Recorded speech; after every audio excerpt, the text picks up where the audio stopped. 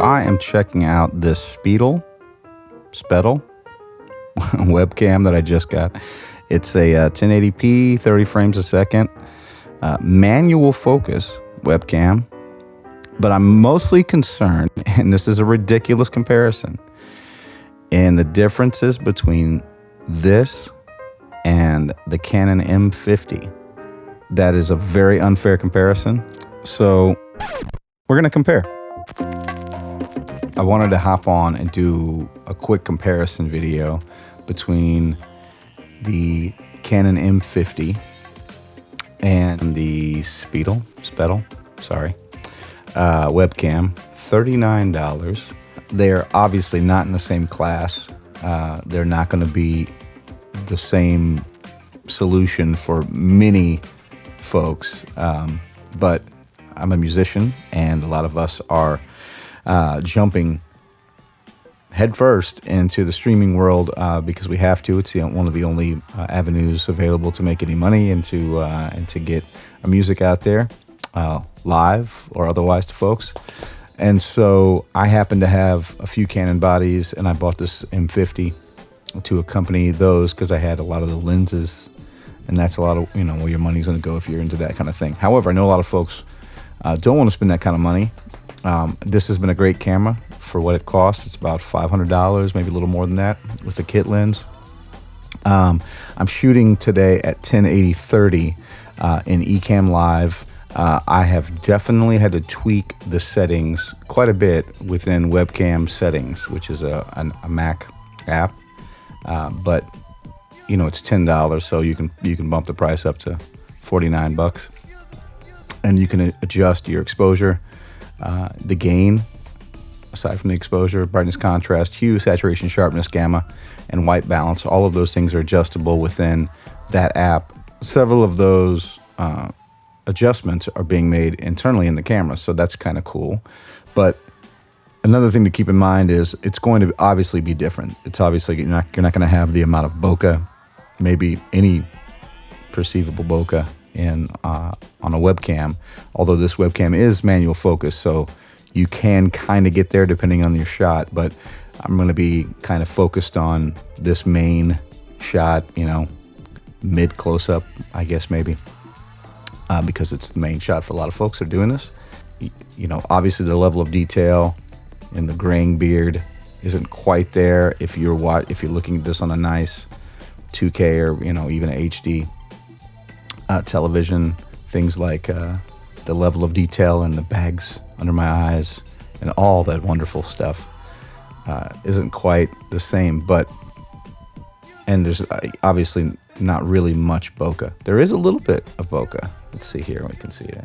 You can see it in the pictures, hanging on that door. Maybe a little.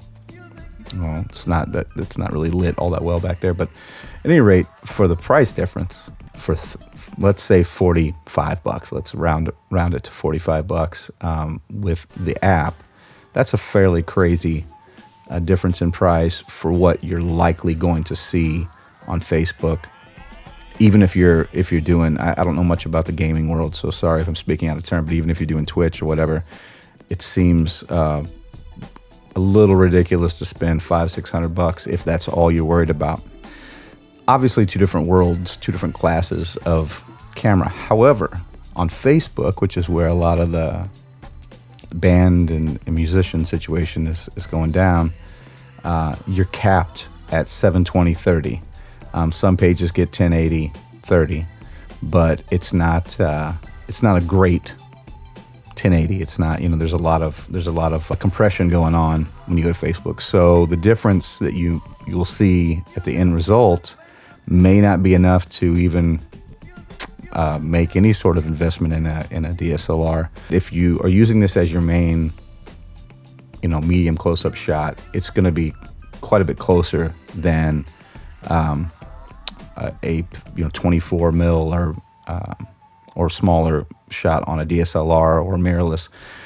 This is probably 16 to 18 inches away from my face to get to get the same frame as the Canon, the M50 with the stock kit lens, I'll see if I can put that up, what it is. But what that means for me in this room and with my setup is that the ring light that I have several lights, but the ring light that's on the stand is closer to me, so you can see if I get my hand too close right there, it starts to, even within 8 inches, 9 inches, I start to get things blowing out from the light. Could adjust that, could put it behind, but where I'm at right now, and if that's my main shot, it seems to be handling it pretty well. So I'm pretty impressed that is even a possibility for that price. Another thing that you probably already noticed, and it was painfully obvious to me whenever I compared these two directly after shooting the second shot, was the difference in barrel distortion, because obviously, well, I shouldn't say obviously, most webcams are a little bit fisheye, and so, you know, as you get further out, things become a little more distorted, so you'd want to center yourself in there anyway.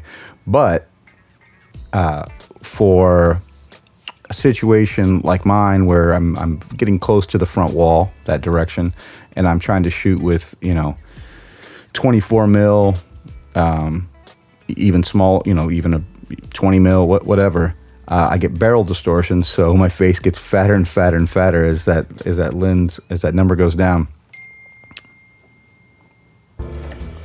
This particular webcam, the Spedal, seems to be a little bit more realistic in terms of, or at least what I would hope is realistic in terms of the shape of my face and head versus the rest of reality. And certainly more flattering in terms of that. So that's actually a place where apples to apples, I guess. It's hard to compare apples to apples because it's two very different pieces of kit. But where this actually has ticks a mark that the other doesn't tick, and it's possible with a different setup, with a 50 mil or longer lens. Shorter lens, longer lens, I don't know. There's some kind of backwards talk there somewhere. I don't know too much about all of that. But anyway, with a 50 mil, or, you know, as you go, as that number rises, it's more in your favor in terms of the camera not adding 10 pounds or whatever. But I don't have that luxury. So even though I own this camera, there's a chance that I may actually switch out to have that camera be a little more effective and with some other shot where it can, you know, get a little more bokeh or whatever, and this be the one that sits here all the time and just has this one, you know, kind of standard medium close-up shot. It's hard to say, but I thought it was an interesting thing to note. So I wanted to just point this out, because it's manual focus. You can get with extreme close-ups and get a little bit of bokeh, a little depth of field, kind of a macro-ish shot of my wrinkly pinky.